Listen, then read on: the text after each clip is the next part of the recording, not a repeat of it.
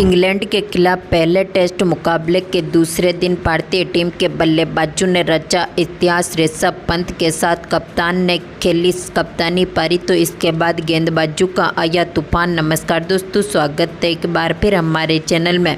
भारत और इंग्लैंड की टीम के बीच टेस्ट मुकाबले के दूसरे दिन भारतीय टीम की तूफानी बल्लेबाजी देखने को मिली, तो इसके बाद गेंदबाजों ने भी ऐतिहासिक गेंदबाजी करते हुए यहाँ पर इंग्लैंड की टीम के बल्लेबाजों के परखच्चे उड़ा दिए।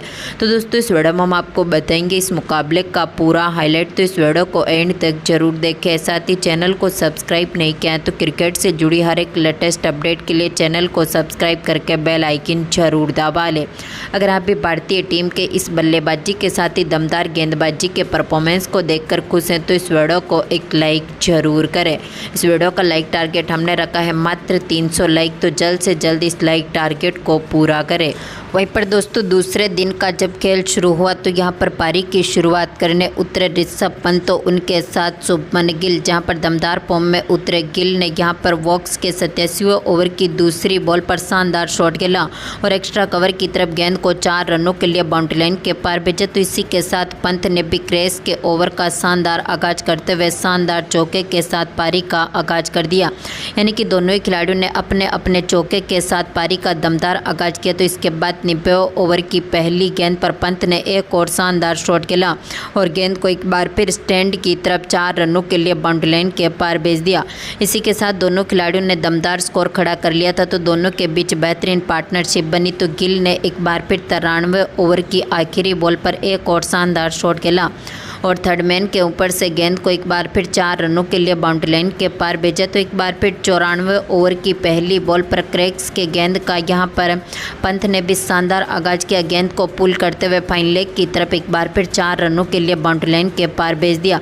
अब पंत भी अपने शतक के करीब थे, तो पंत ने एक बार फिर 96वें ओवर की पहली गेंद पर बासिर की गेंद का भी दमदार आगाज करते हुए एक और बड़ा शॉट खेलते हुए गेंद को 4 रनों के लिए बाउंड्री लाइन के पार भेज दिया। तो इसी के साथ पंत ने इसी ओवर की 5वीं बॉल पर एक और बड़ा शॉट खेला और डीप मिड विकेट के ऊपर से दमदार छक्का जड़ा। तो गिल ने इसी बीच यहाँ पर 97वें ओवर की 5वीं बॉल पर एक और चौका जड़ दिया। इसी के साथ स्कोर भी 400 रनों के पार पहुँचने में सफल रहा। तो पंत ने एक बार फिर 100वें ओवर की पहली बॉल पर एक और बड़ा शॉट खेला और गेंद को स्टैंड में डिपॉजिट कर दिया। यानी कि दमदार छक्के के साथ ही इन्होंने अपनी इस शतक की पारी को पूरा कर लिया। पंत के बल्ले से ये शतक 146 गेंदों पर देखने को मिला और आज का ये सबसे ऐतिहासिक शतक था। इंग्लैंड की भूमि पर पंत ने एक बार फिर दमदार तरीके से टीम इंडिया को आगे पहुंचा। यानी कि यहाँ पर भारतीय बल्लेबाजों का तीसरा शतक देखने को मिला। इसी बीच पंत ने एक बार फिर इसी ओवर की तीसरी बॉल पर एक और शानदार शॉट देखने को मिला और इन्होंने एक बार फिर गेंद को 6 रनों के लिए बाउंड्री लाइन के पार भेज दिया।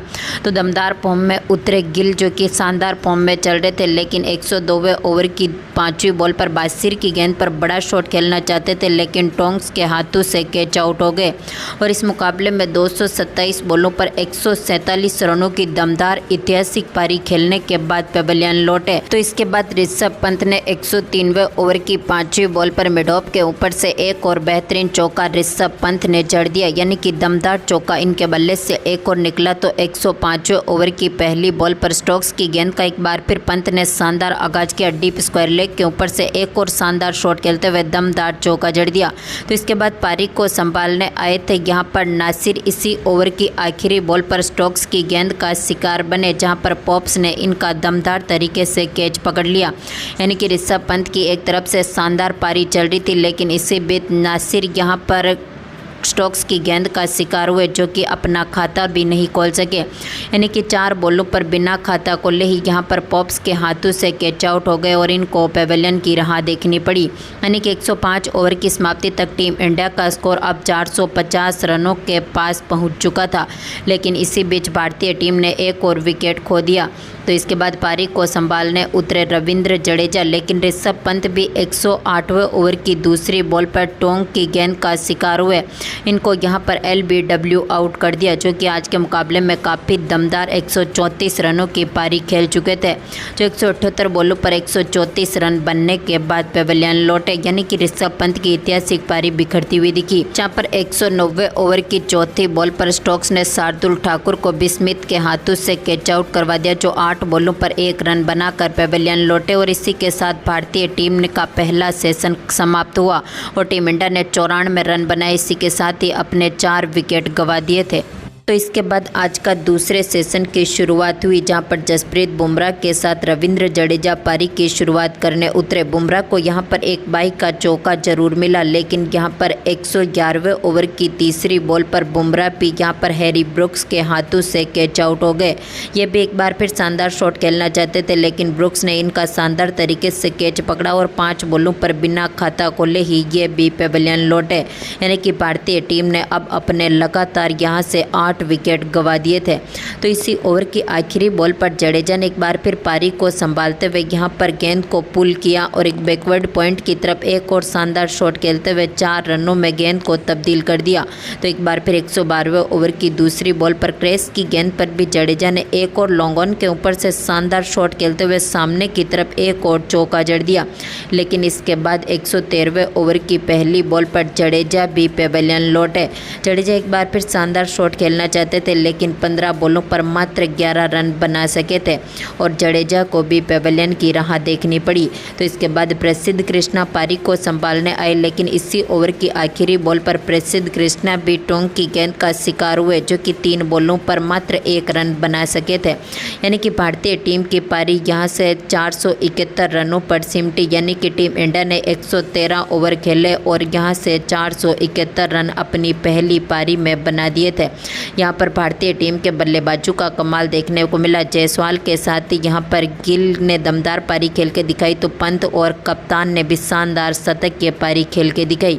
इसी बीच इंग्लैंड के खिलाफ 472 रनों का पहली पारी में टारगेट रखा। इंग्लैंड की टीम की तरफ से बेन टेकेट के साथ जैक क्रॉली पारी की शुरुआत करने उतरे, लेकिन भारतीय टीम को आज की पहली सफलता पहले ओवर में ही जसप्रीत बुमराह ने दिला दी, जहाँ पर आखिरी गेंद पर करुण नायर के हाथों से इनको कैच आउट करवा दिया, जो कि आज के मुकाबले में 6 बॉलों पर मात्र 4 रन बना सके और टीम इंडिया को पहली सफलता मिल गई। तो इसके बाद ओली पॉप के साथ बेन टेकेट पारी को संभालने मैदान पर उतरे, जहां पर दोनों ही खिलाड़ियों के बल्ले से एक के बाद एक बड़े दर्शनीय शॉट देखने को मिले। दोनों खिलाड़ियों ने शानदार साझेदारी करी। बेन टेकेट के बल्ले से शानदार चौका देखने को मिला। इसी के साथ ही यहाँ पर 10 ओवर तक ही दोनों खिलाड़ियों के बीच 50 पार्टनरशिप बनती हुई दिखी। यहाँ पर दोनों खिलाड़ियों ने मिलकर यहाँ पर टीम के स्कोर को मजबूत स्थिति में उतार दिया था। तो इसी के साथ 22 ओवर समाप्त होते हुए दोनों खिलाड़ियों के बीच यहां पर शतक की साझेदारी भी पूरी हुई। इसी बीच बेन टेकेट ने यहां पर 22 ओवर की 5वीं बॉल पर शानदार चौका जड़ते हुए अपनी 50 को भी पूरा कर लिया। अपने टेस्ट कैरियर की 14वीं 50 जड़ी और दमदार परफॉर्मेंस करते हुए इन्होंने इतिहास रच दिया। इसी के साथ ही यहाँ पर दोनों खिलाड़ियों के इस दमदार परफॉर्मेंस ने दूसरे सेशन की समाप्ति करी और इंग्लैंड की टीम ने एक बार फिर दूसरे सेशन में भी दमदार स्कोर खड़ा किया। तो तीसरे सेशन में भी एक बार फिर दोनों खिलाड़ियों की शानदार पारी देखने को मिली।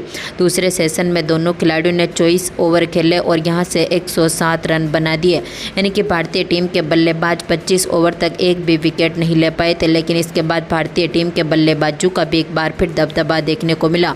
तो दोस्तों, आपको क्या लगता है इंग्लैंड की टीम कितने रनों पर ऑल आउट होएगी? अपनी कीमती राय कमेंट बॉक्स में ज़रूर दें और इस वीडियो को ज़्यादा से ज़्यादा अपने दोस्तों के साथ शेयर ज़रूर करें। धन्यवाद दोस्तों।